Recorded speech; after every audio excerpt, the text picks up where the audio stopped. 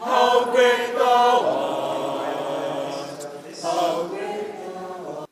Popsy breathed her own energy into any environment.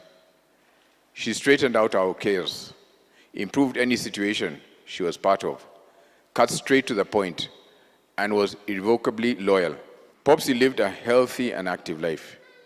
She would wake up as early as 7 a.m. 5 times a week and work out in the gym at home before going to the office. She also loved her yoga formation. But indeed, what has been said about her, her characteristics, who she was,